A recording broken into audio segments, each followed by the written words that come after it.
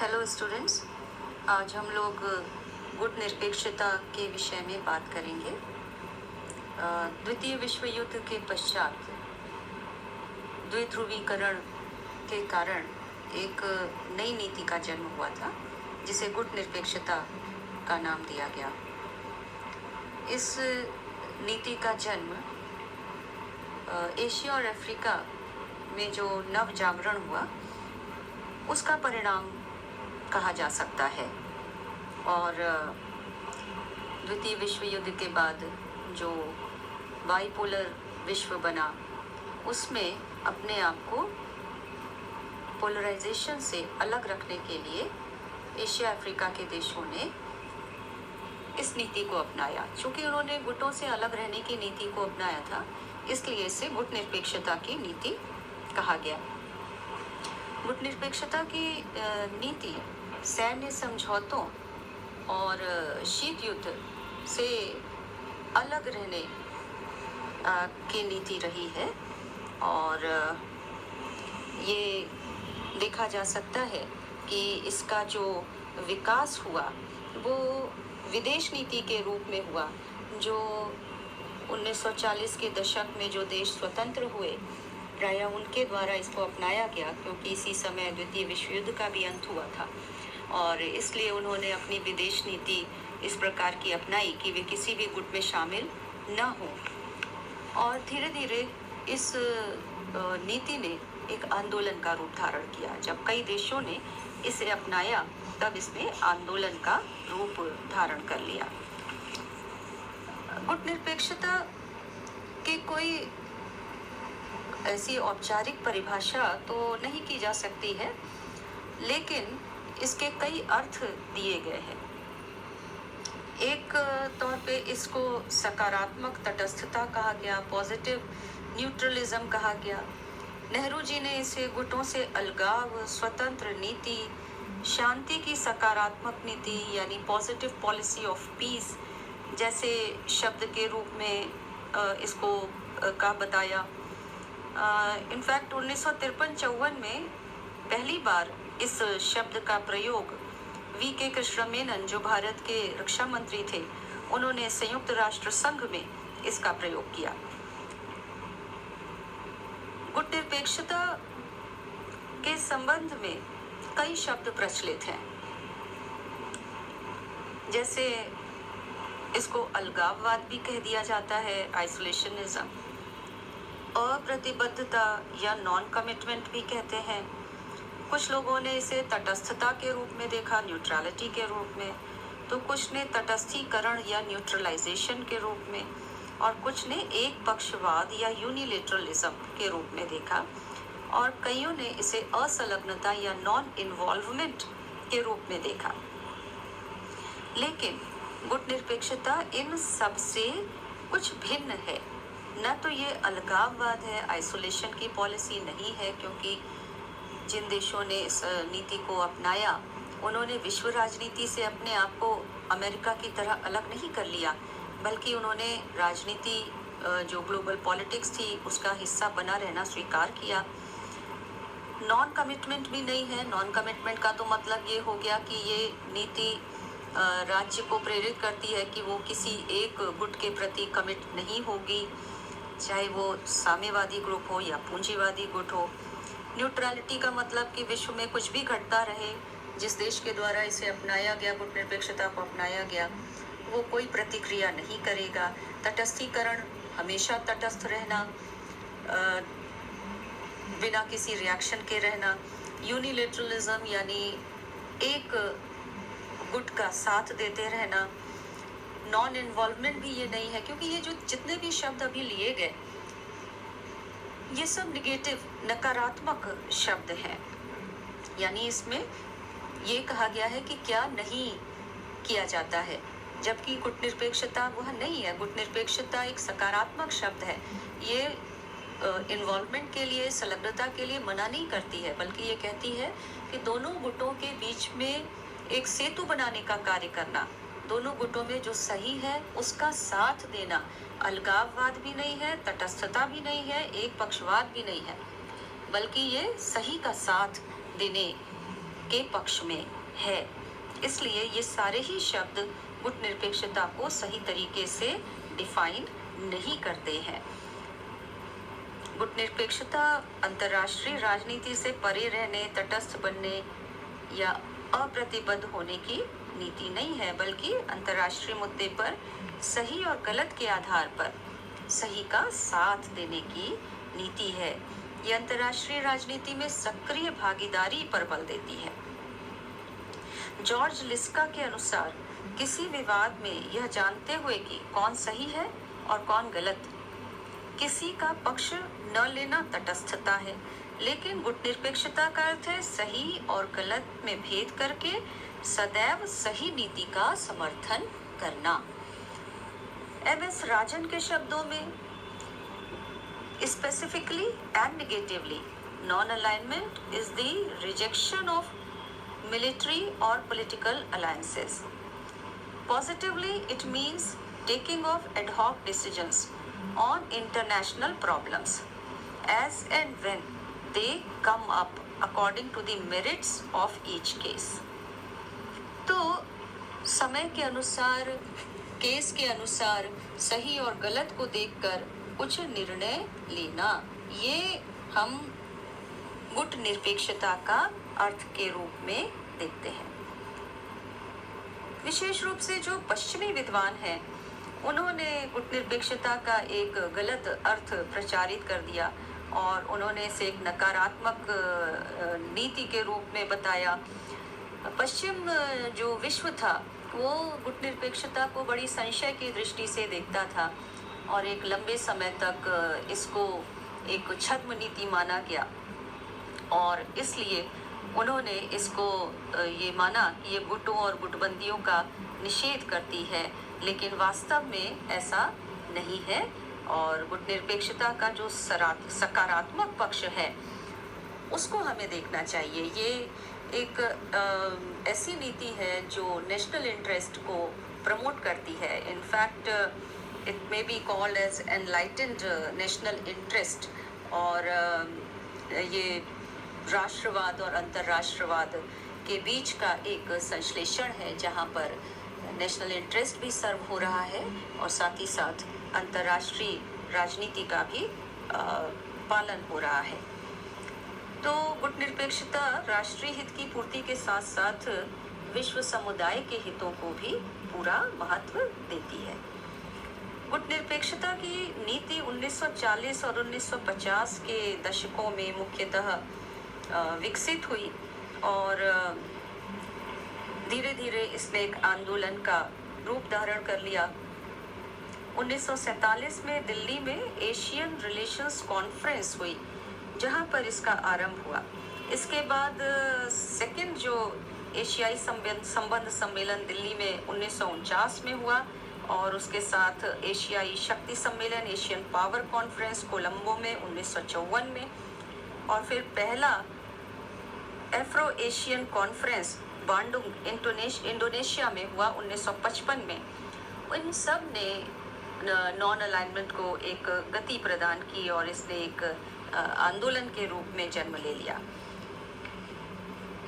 इससे प्रेरणा पाकर कुछ अन्य देशों जैसे युगोस्लाविया के राष्ट्रपति मार्शल टीटो, मिस्र के राष्ट्रपति नासिर, भारत के प्रधानमंत्री तो थे ही पंडित जवाहरलाल नेहरू, और ये सब 1956 में ब्रियोनी जो युगोस्लाविया में है वहाँ पर इकट्ठे हुए और उन्होंने गुटनिरपेक्ष देशों के सम्मेलन के आयोजन की संभावनाओं पर विचार किया। दरअसल महाशक्तियों के द्वारा लगातार विकासशील देशों पर दबाव डाला जा रहा था कि वो किसी न किसी एक खेमे से जुड़ जाएं, किसी जो मिलिट्री अलायंस है उसमें शामिल हो जाएं। इसलिए ये ज़रूरी हो गया था कि जो गुटनिरपेक्ष राज्य हैं वो आपस में मिलकर बैठकर विचार करें और अंतर्राष्ट्रीय मामलों में क्या नीति अपनाई जाए इस पर विचार करें। एक समान नीति अपनाई जाए जिससे सभी को इससे लाभ मिल सके और एकजुटता भी आएगी। तो यही विचार करके पहला जो गुटनिरपेक्ष आंदोलन था वो 1961 में बेलग्रेड युगोस्लाविया में आयोजित किया गया। और उसके बाद अनेक इसके शिखर सम्मेलन आयोजित किए गए।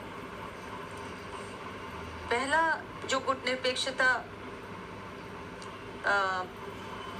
का सिद्धांत कह लीजिए या गुटनिरपेक्ष आंदोलन की सदस्यता के लिए क्या मानदंड होंगे, ये सब पहले जो बैठक हुई उसमें ये तय किया गया।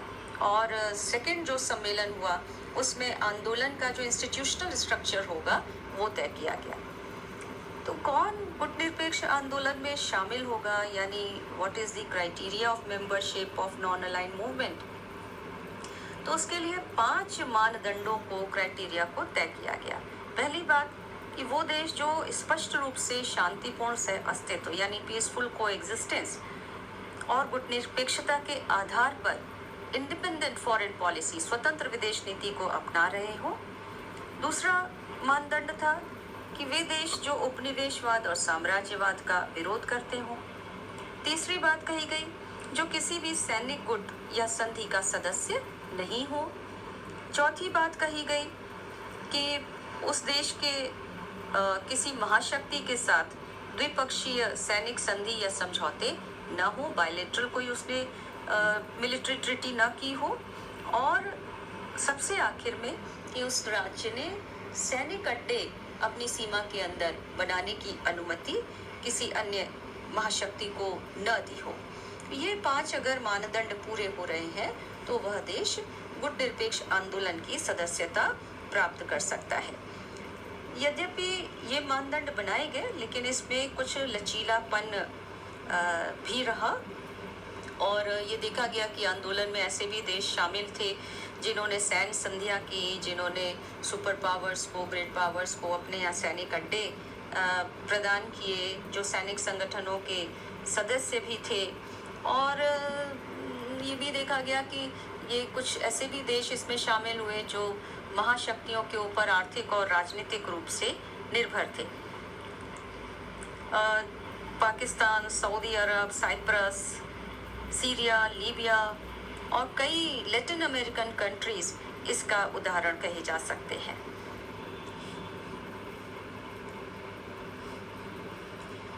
एक बात इसमें खास थी कि इसमें लैटिन अमेरिकन कंट्रीज बड़ी संख्या में शामिल हुई थी और युगोस्लाविया जो एक साम्यवादी देश था वो भी इसमें शामिल हुआ था। तो इसलिए ये इसकी खास बात थी कि इसमें ऐसे देश भी शामिल थे जो एशिया अफ्रीका के बाहर के थे और जो जैसे युगोस्लाविया जो साम्यवादी था। गुटनिरपेक्ष आंदोलन की संरचना को भी देख लिया जाए, structure of non align movement. एक बड़ा आंदोलन है ये, इसमें लगभग 125 राज्य शामिल हैं। ये किसी अंतर्राष्ट्रीय संगठन की श्रेणी में नहीं आता है और इसकी वजह यह है कि ये किसी संधि पर आधारित नहीं है और दूसरा इसका कोई परमानेंट फॉर्मल स्ट्रक्चर नहीं है, स्थायी औपचारिक संरचना इसकी नहीं है। इस आंदोलन में मुख्यतः 2 प्रकार की संस्थाएं काम करती हैं, एक है समन्वय ब्यूरो या कोऑर्डिनेशन ब्यूरो और दूसरा सम्मेलन। सम्मेलन में भी 2 प्रकार के हैं, एक विदेश मंत्रियों का, फॉरेन मिनिस्टर्स का कॉन्फ्रेंस और दूसरा शिखर सम्मेलन या समिट कॉन्फ्रेंस। समिट कॉन्फ्रेंसेस प्रत्येक 3 वर्ष के बाद आयोजित किए जाते हैं जिसमें मेंबर स्टेट्स के जो हेड ऑफ द स्टेट्स हैं वो शामिल होते हैं। ये आंदोलन की सर्वोच्च सभा है, यहाँ पर जो इम्पोर्टेंट डिस्कशंस हैं किए जाते हैं या पॉलिसी मैटर्स पे निर्णय लिए जाते हैं। इसमें भी 4 तरीके के सदस्य हैं, फुल मेंबर्स, ऑब्जर्वर स्टेट्स, पर्यवेक्षक सदस्य, पर्यवेक्षक गैर सदस्य राज्य, ऑब्जर्वर नॉन मेंबर स्टेट्स और अतिथि या गेस्ट्स।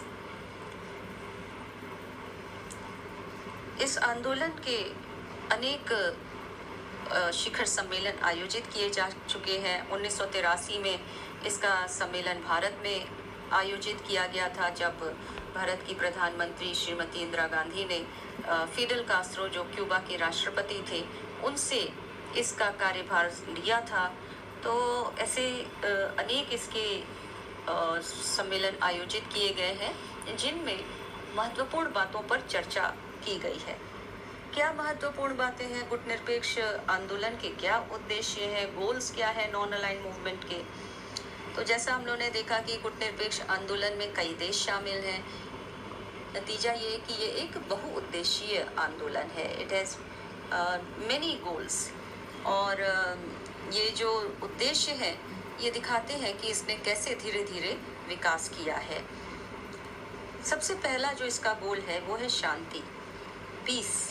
ये आंदोलन इस भावना से ही बनाया गया था कि विश्व में शांति बनी रहे, क्योंकि इसमें जो देश शामिल थे वो न तो किसी युद्ध में शामिल होना चाहते थे और न ही ये चाहते थे कि विश्व में कोई युद्ध हो, क्योंकि युद्ध से उनका राजनीतिक और आर्थिक विकास अवरुद्ध हो जाता।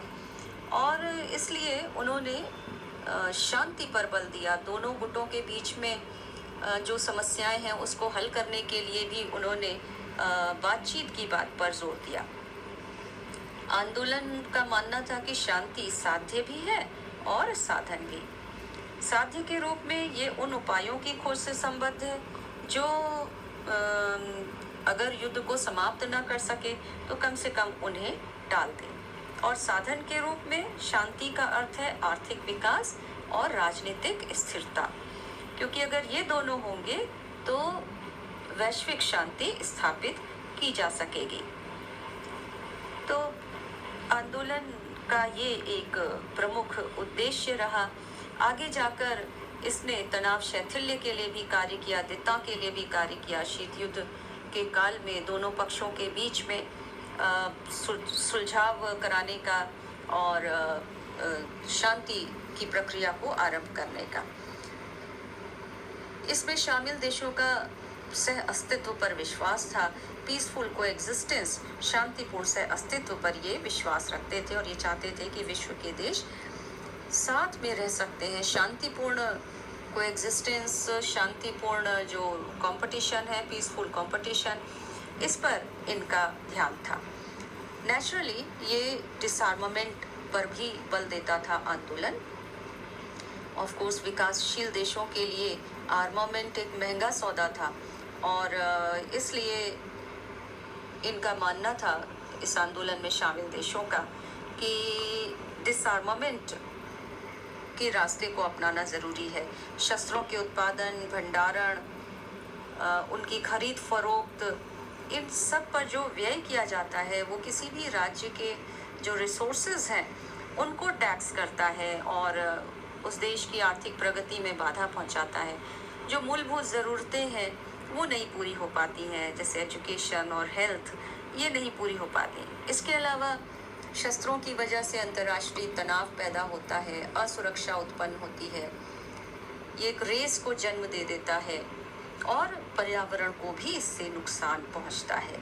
तो इसलिए इसने निशस्त्रीकरण पर जोर दिया और आगे जाकर इसमें परमाणु परीक्षणों पर प्रतिबंध लगाना या जो रीजनल डी न्यूक्लियराइजेशन था उस पर भी इसने बल दिया और जो विदेशी सैनिक अड्डे हैं उनको हटाने, ऐसे बहुत सारे इसने मुद्दों को उठाया।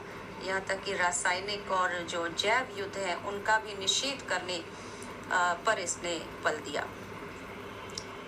एक और बहुत बड़ा जो इसका इंसिस्टेंस था, जो इसका एक मेजर गोल था, वो था साम्राज्यवाद और नस्लवाद का विरोध। It was totally anti imperialist and anti रेशियलिज्म movement.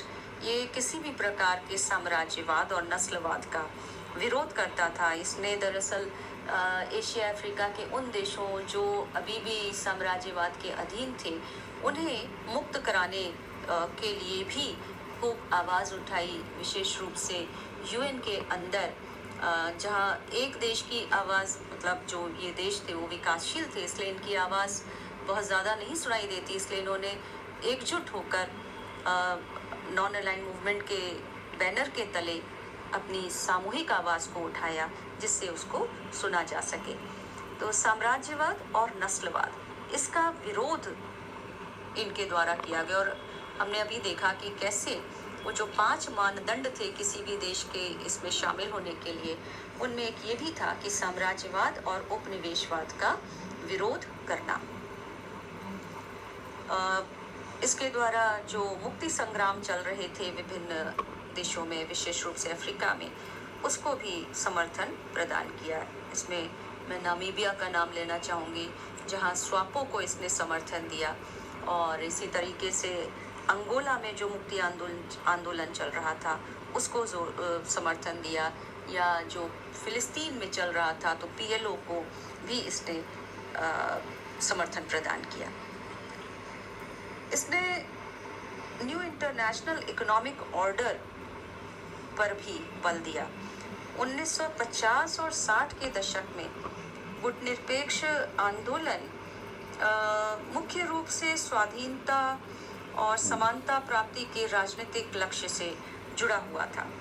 1970 के दशक में इसका ध्यान इकोनॉमिक इंडिपेंडेंस, आर्थिक स्वतंत्रता और समानता प्राप्त करने पर केंद्रित हुआ, और तब से ये एक नई अंतर्राष्ट्रीय अर्थव्यवस्था NIEO, new international economic order पर जोर देने लगा, और उसमें एल्जियर्स में जो शिखर सम्मेलन 1973 में हुआ, वहाँ पर इसे NIEO को औपचारिक रूप से आंदोलन का लक्ष्य घोषित कर दिया गया।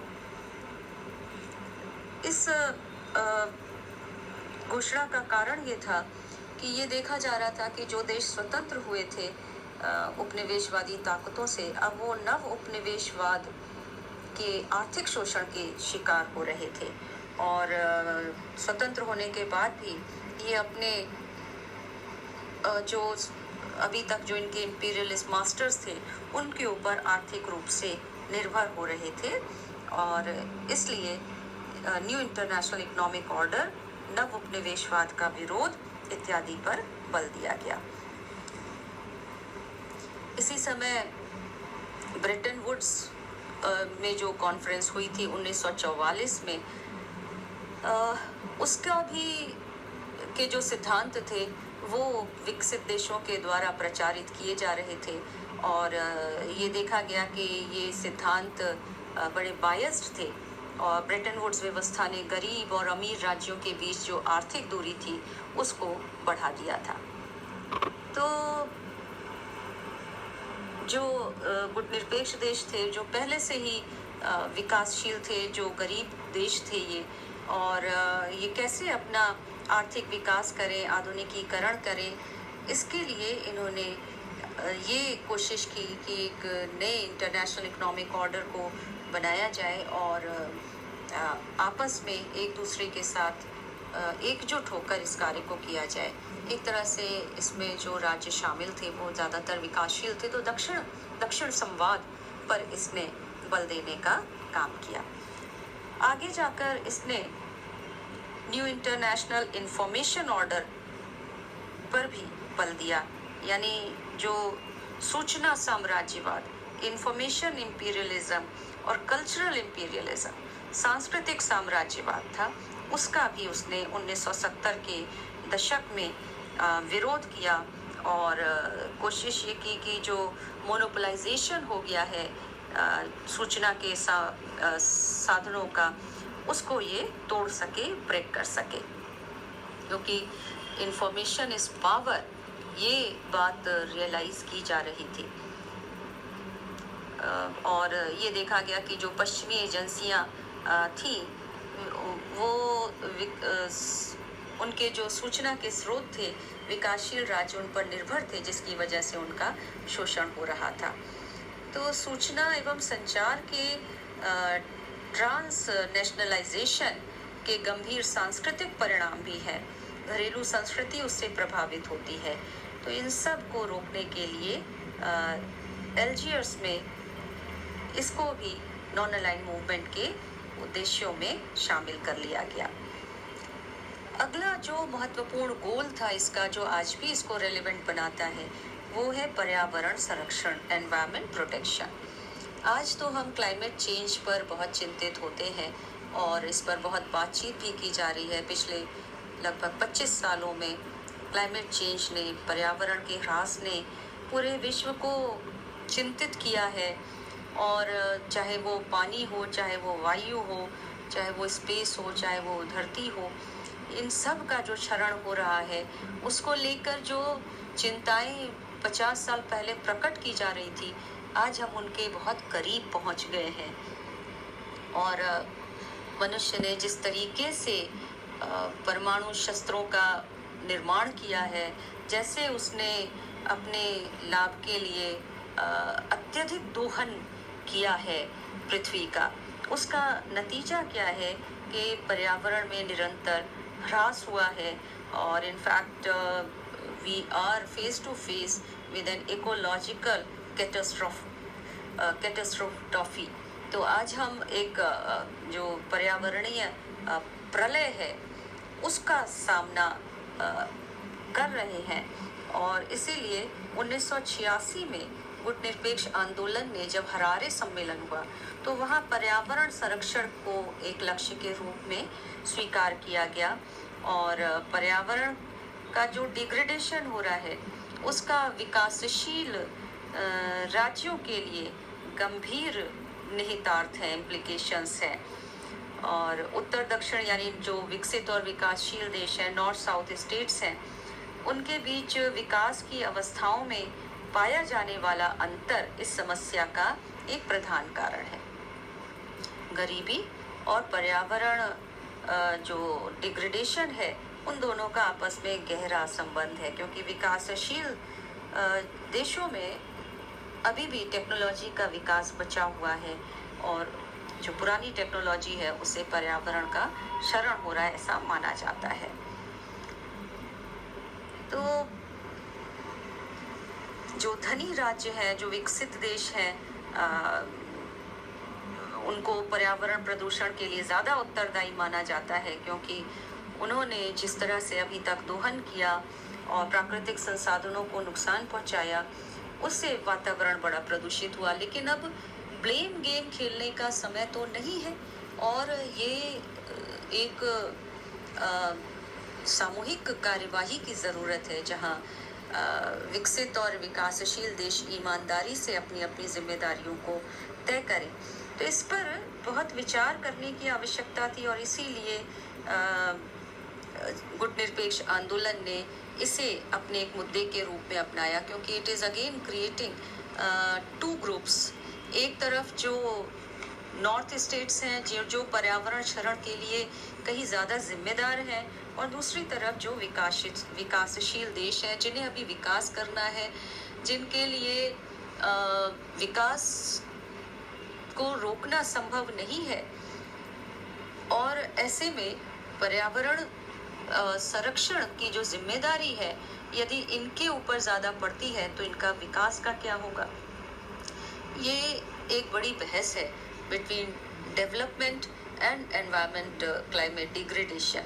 तो what is to be done, ये गुटनिरपेक्ष आंदोलन के द्वारा इस पर भी विचार करने के लिए, उत्तर दक्षिण जो संवाद है उसको कायम करने के लिए, और विकास संबंधी कोई भी जो संवाद है वो पर्यावरण संरक्षण के बिना पूरा नहीं होता है, इसको गुटनिरपेक्ष आंदोलन ने माना और उसको अपने गोल्स में शामिल किया।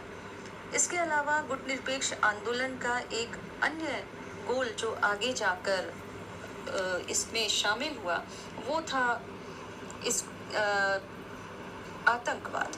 आतंकवाद की समस्या ने पूरी मानव जाति को विचलित किया हुआ है। पिछले लगभग 30 सालों में हम ये कह सकते हैं कि आतंकवाद एक ग्लोबल प्रॉब्लम बन गई है, और तरह तरह के रूप इसके देखे जा रहे हैं।